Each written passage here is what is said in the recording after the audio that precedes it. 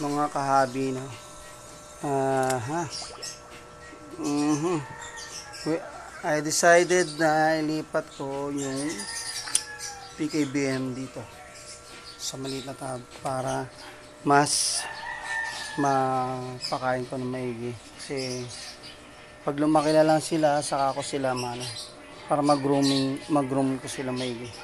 So may maliliit dito kasi mga ligaw to. Kaya acclimate ko muna sila ng ilang minuto, 15 minutes, para hindi sila manibago, no, sa bago nilang bahay. May ibang maliliit kasi dito na hindi talaga kasama sa kanila. So pwede ko isama dun sa mga maliliit dito. Excuse me. Yan, para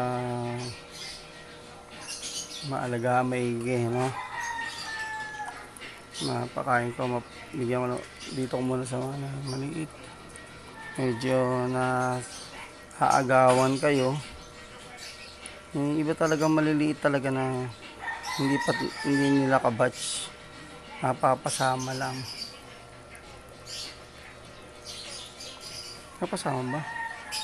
Yan, okay guys. Hanggang dito na muna, no? Acclimate ko muna ng 15 minutes.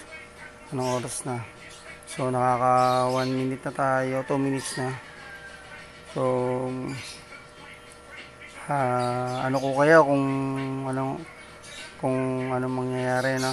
Update ko kayo guys. Pinipili ko lang yung maliit talaga na pwedeng iwalay muna sa kanila kasi hindi talaga nila kabatch to eh. Mga naliligaw lang, no?